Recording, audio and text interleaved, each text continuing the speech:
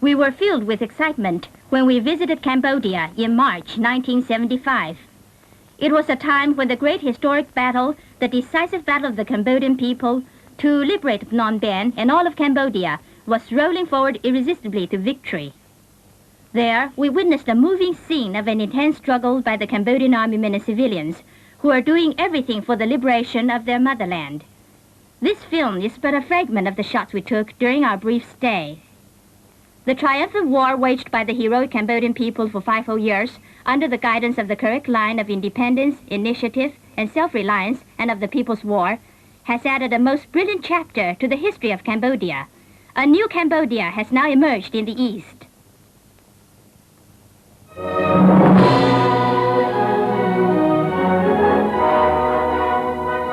A heroic people, a visit to the liberated zone in Cambodia.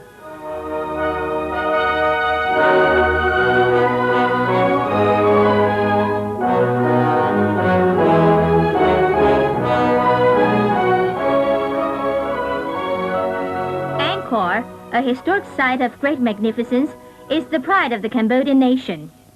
After the reactionary coup staged by the traitorous Long No clique on March 18, 1970, the Cambodian people rallied around the National United Front with head of state Samdech Norodom Sihanouk as its chairman and the Royal Government of National Union with Samdech Binot as its prime minister and Khieu Samphan as its deputy prime minister, and waged a heroic war of resistance. The raging flames of the People's War soon spread to every part of the country.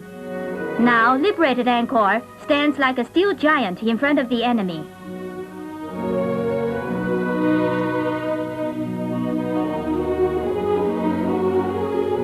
Though enemy troops are only 2 kilometers away from this liberated zone, the People's Armed Forces of National Liberation of Cambodia trains its young cadets here undisturbed.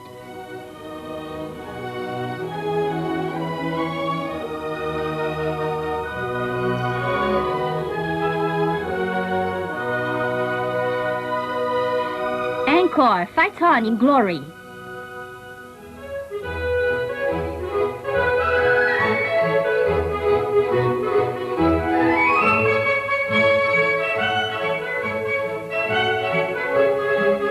Her young men and women foiled 2 enemy attempts to seize Angkor, repulsing their wanton attacks.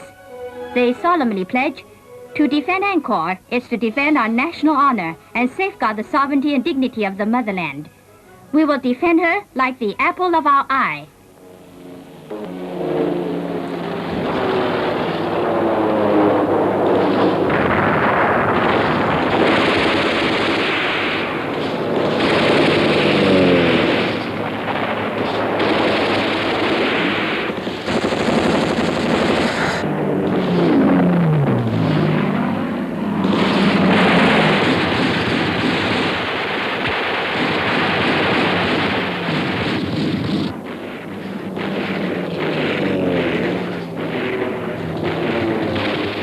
Wipe out all enemies wherever they dare to intrude. The patriotic Cambodian army men and civilians shot down and destroyed over 1,700 enemy planes from March 18, 1970 to March 1975. Victory belongs to the heroic sons and daughters of Angkor and to the brave commanders and fighters in the field. Khieu Samphan, Deputy Prime Minister, Commander-in-Chief of the People's Armed Forces, and Chairman of the High Military Command, is studying the overall war situation.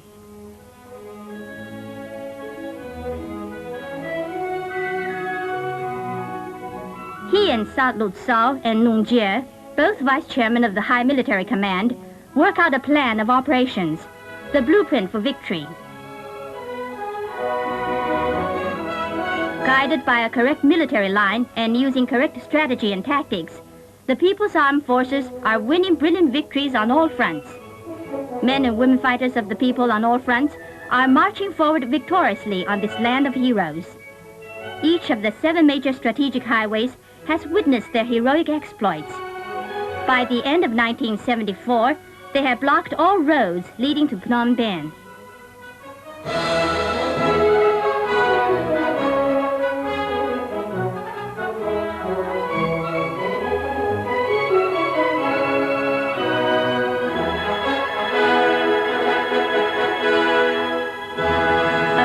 battle was fought here on Highway number 6. It served as the graveyard for the Long Nol puppet troops who took part in Operation Jen La Tu. In the rainy season of 1971, the enemy sent more than 20,000 so-called crack troops in an attempt to control this highway and block communications between various liberated zones. United as one, the valiant Cambodian army men and civilians took on this enemy several times their own numbers and waged a battle that lasted 100 days with their crude weapons, wiping out 15,000 enemy soldiers. This was a brilliant example of the weak defeating the strong. After this battle, the enemy did not have the strength to launch another nationwide strategic offensive, while the People's Armed Forces grew rapidly.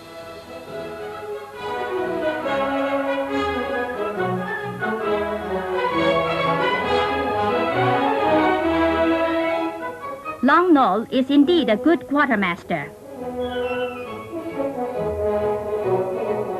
When weapons are needed, take them from the enemy. These fighters on the Phnom Penh front, like legendary heroes, never saw tanks or armored cars before. But after a short period of training, they charge into the enemy lines on these iron steeds and annihilate large numbers of enemy troops.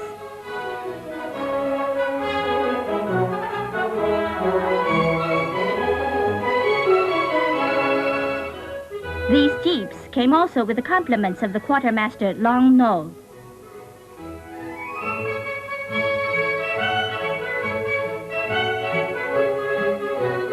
This 14-year-old boy is not even up to the steering wheel, yet he learned to drive when he was only 13 and had transported ammunition to the front all by himself.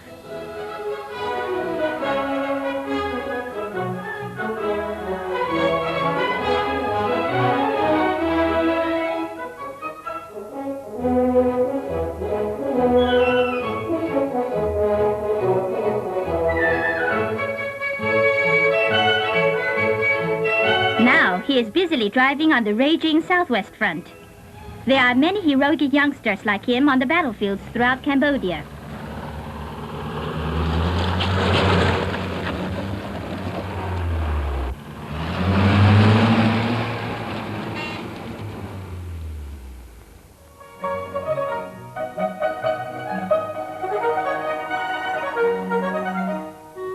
All possible means of transport are put to use.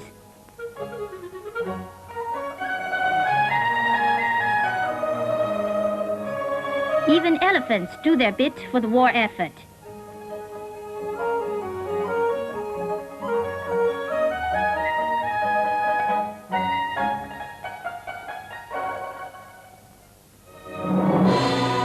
Kep is a famous sea resort in Cambodia. Except for a few isolated cities and islands, the entire Cambodian coastline is now in the hands of the people.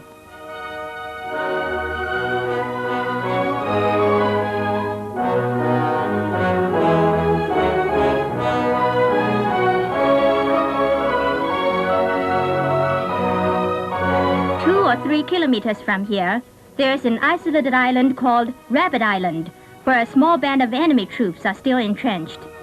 People's soldiers guard the coastline of the motherland day and night.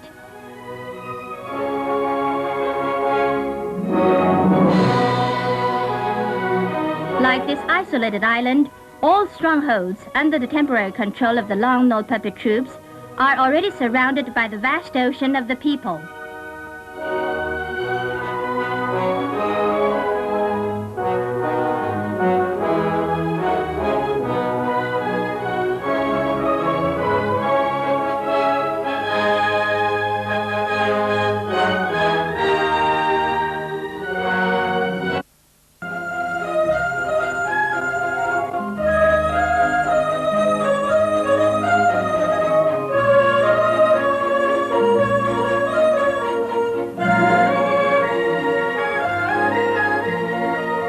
Another battle is being waged here.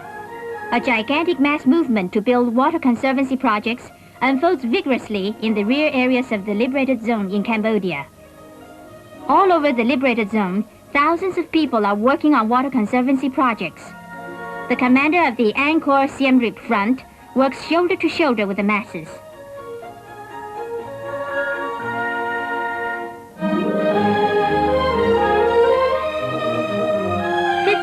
1,000 people come to work on this construction site each day. Owing to the lack of water, rice was not grown as a rule in the dry season. But today's emancipated peasants say proudly, "In farming, rely on the people and not on heaven." They link the building of water conservancy projects and the growing of rice in the dry season with the destiny of their motherland and with the liberation war. They pointed out, water is needed to grow rice. Food is needed by soldiers in the fight. Where there are people, there will be water. Where there is water, there will be food grains.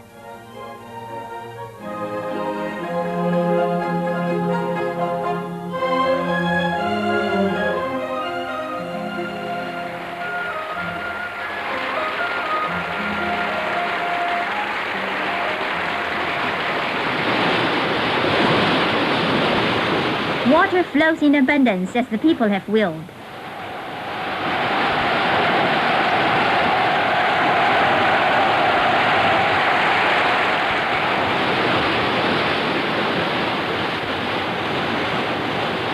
Water brings joy to the peasants.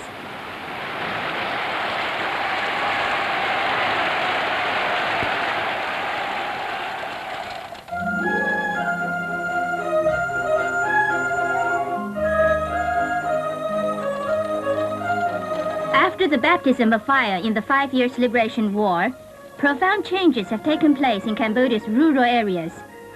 Under the leadership of the National United Front and relying on the collective strength of the groups of solidarity for increasing production, the broad masses of Cambodian peasants fought bravely to transform nature and steadily increased grain production so that there's more than enough food to meet the needs of the liberated zone. This is a remarkable achievement won by a great people under difficult wartime conditions.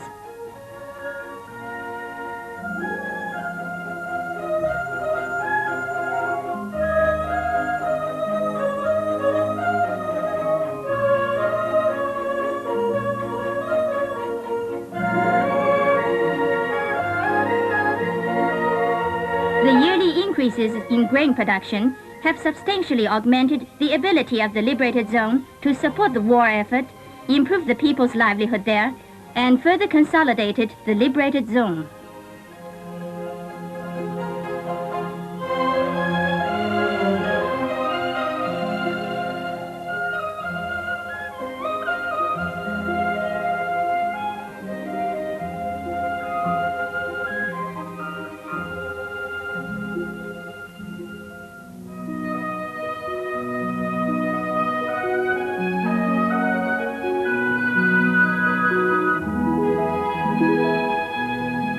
The production of cash crops in the liberated zone has also been restored and developed in the course of the war. Bombs from US B-52s destroyed over 80% of this pepper plantation. But pepper is growing well on the soil of this heroic plantation, which exports 700 tons annually.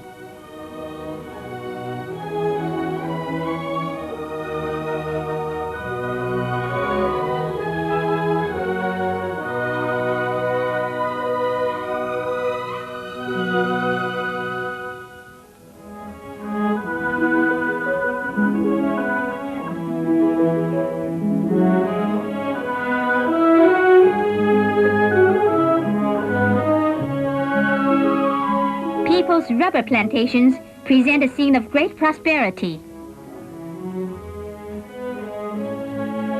This is a world-famous rubber plantation in the eastern region composed of Rup and 6 other branch plantations. Most of these branch rubber plantations once belonged to the colonialists. The workers say with indignation, "You have only to count the number of rubber tree leaves to know just how much money the bosses made."